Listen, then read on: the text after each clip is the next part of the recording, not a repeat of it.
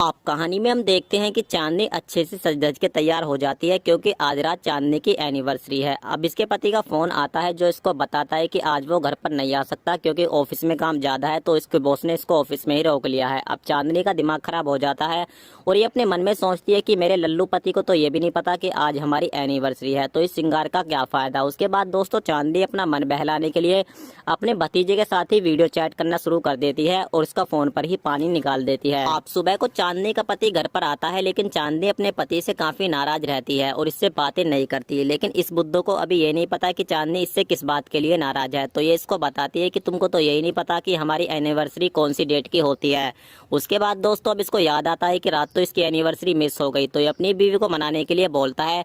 किसने बोला है कि एनिवर्सरी रात को ही मनाई जाती है, हम तो एनिवर्सरी दिन में भी मना सकते हैं। उसके बाद दोस्तों अपनी बीवी के साथ रोमांस करके दिन में ही एनिवर्सरी मना लेता है और इसकी बीवी भी खुश हो जाती है। चांदनी का पति अपनी बीवी के घर के कामकाज में हाथ बटाने के लिए एक नौकर को घर पर रख लेता है और इस नौकर को बोलता है कि अगर तुम घर पर काम अच्छा करोगे तो मैं अगले महीने तुम्हारी पगार भी बढ़ा दूंगा, और एक बात का तुमको ध्यान रखना होगा, तुमको सब्जी में नमक थोड़ा कम डालना होगा क्योंकि हम लोग नमक कम खाते हैं। अब चांदनी अपने पति के लिए चाय लेकर आती है और इस नौकर को देखकर बोलती है कि आपने ये अच्छा किया कि घर में एक नौकर रख लिया। वो क्या है ना, मैं घर का काम करते करते थक जाती हूँ। अब जैसे ही दोस्तों ये नौकर चांदनी को देखता है तो इसकी राल टपकने लगती है और ये चांदनी को बोलता है कि मेम साहब अब आपको कोई काम करने की जरूरत नहीं है, बस अब आप देखती जाइए सारा काम हम कैसे करते हैं।